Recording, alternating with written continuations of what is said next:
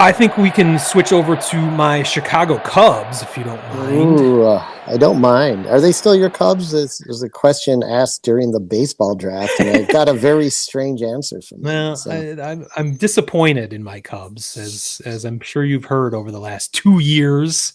First starting with the biblical losses comment and their subsequent acting like a small market team when they are in fact one of the largest market teams with their own goddamn TV network. But somehow they can't afford to get the shortstop that we need or fill in the but rotation as we need. So but I've been, they just got back home from Great Britain after their pitch for yeah, Chelsea. was that today? They got back home yesterday. Yeah, yeah. So They had to be back home for opening day. somehow But they can find money in their coffers for a fucking soccer team, but not for a starting pitcher that we need desperately. But yeah, the big news last week is that Wade Miley had a shoulder strain after he'd been shut down for 10 days. I think we're halfway through that 10 days. shut it down.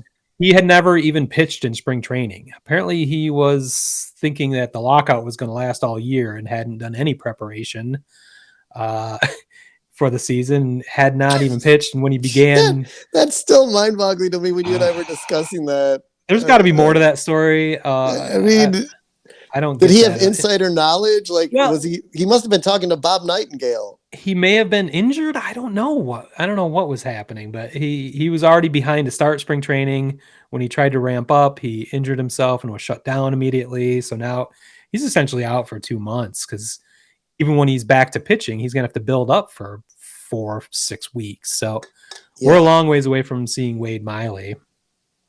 Fortunately, we have Drew Smiley to replace Miley. So again, I like Drew Smiley. I just fear for his health. He is always injured, it seems like, when he was with the Tigers or other teams. He's a fourth starter at this point.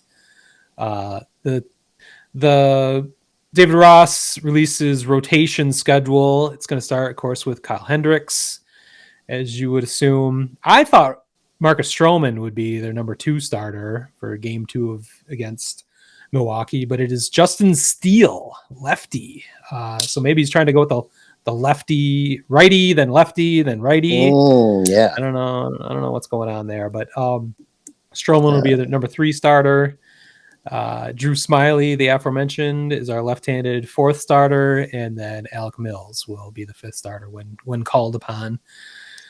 I would call that basically half of a major league rotation. I mean, that is not a rotation that's going to light it up, baby, into anyone's hearts. And I'll get deeper into that when we get to our Nostradamus predictions. But I'm not impressed. I love Stroman. I love the addition of Stroman, and I like the idea of adding Wade Miley, but they needed another starter, and they did not do it for whatever reasons. So it's just frustrating. That's kind of I'm a frustrated Cubs fan. I am not a happy Cubs fan. Maybe I never have been, except for in 2016. But I'm frustrated with the ownership. I'm frustrated with their current direction. I kind of don't know what they're doing, as they've acted like they're kind of in it, but kind of not. They went out and got Seiya Suzuki, which I think is a great move. We'll see if that pans out. Very good move. Yeah. You do that. Well, I mean, they signed him for 5 years. So obviously you would think by signing him for 5 years, they feel like they're going to be competing at some point. This is definitely not the year. Yeah. Why aren't they competing this year? Why aren't they competing every year? They're the Chicago Cubs. Speaking of that, did you see John Heyman when he was on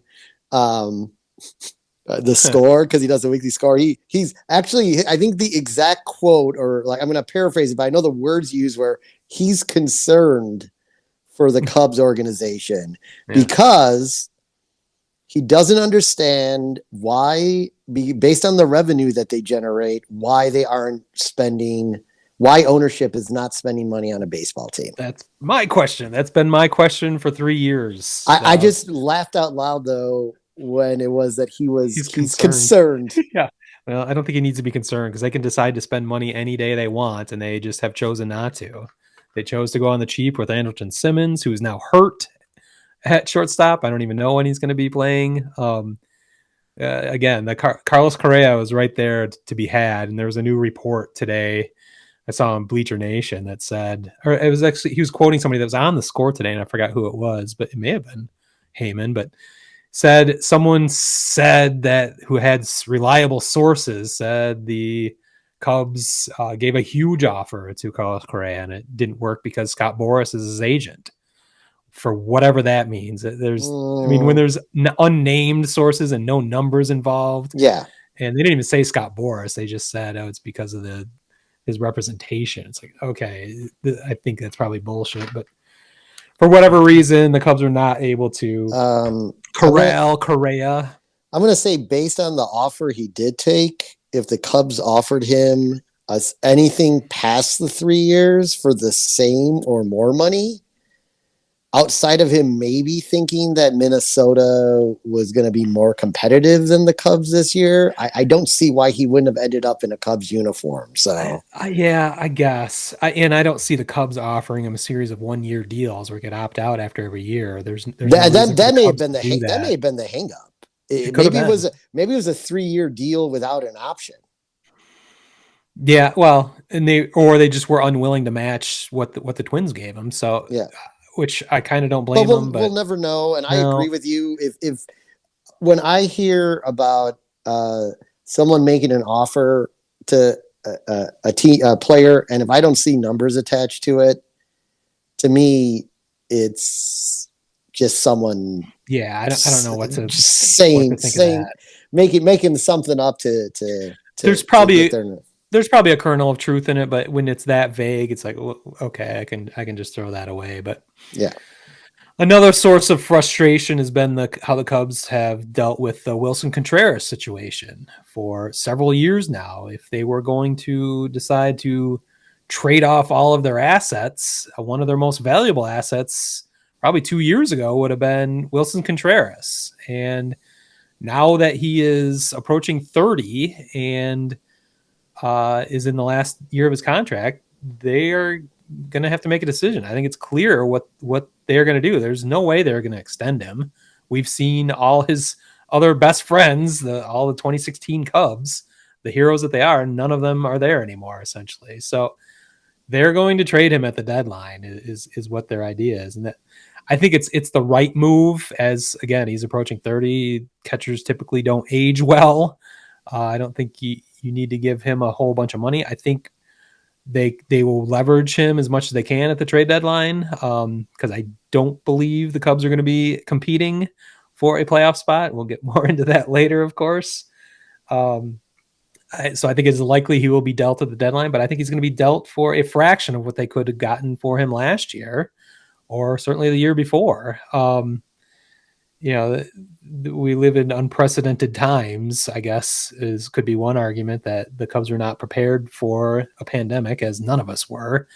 And all their plans had to be completely rearranged. So I guess you give them the benefit of the doubt on that, maybe, but it's just frustrating how everything is played out. And I guess my point to all this is, it's very obvious what's going to happen with Contreras. I don't think we need to speculate anymore. He will be traded at the deadline, unless by some miracle they are competing for the division or a wild card spot come the end of July. But